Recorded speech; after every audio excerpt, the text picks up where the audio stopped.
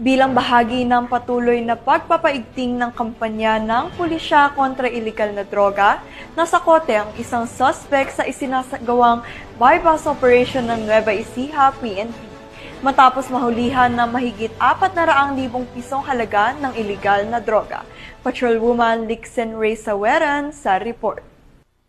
Aresto ang isang high-value individual sa isinagawang buy-bust operation ng Zaragoza Municipal Police Station Drug Enforcement Unit, PIDEA Nueva Ecija at Provincial Police Drug Enforcement Unit ng Nueva Ecija Police Provincial Office sa Barangay Santo Rosario, Yang, Zaragoza, Nueva Ecija. Kinilala ni Police Colonel Ferdinand D. Hermino, Provincial Director ng Nueva Ecija PPO, ang suspect na si alias Bong, 52 anyos na lalaki, walang asawa at residente ng Barangay Mountain View, Mariveles, Bataan. Nakumpirma ang bentahan ng iligal na droga matapos makabili ang isang PNP posture buyer ng isang sachet ng inihinalang shabu kapalit ng 3,000 pesos. Sa isinagawang protective search, na-recover mula sa suspect ang karagdagang 2 sachet ng inihinalang shabu, marked money at isang kulay itim na touchscreen cellphone.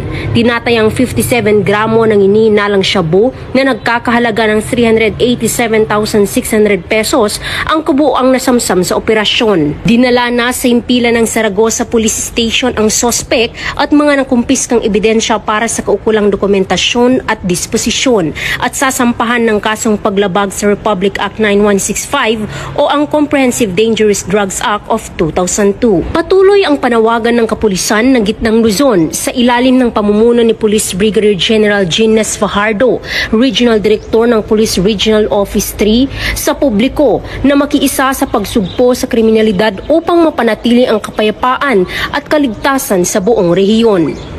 Mula dito sa Gitnang Luzon, ako ang inyong PNN correspondent, Patrolwoman Lixen Ray Saweran, alagad ng batas, tagataguyod ng Balitang Pulis.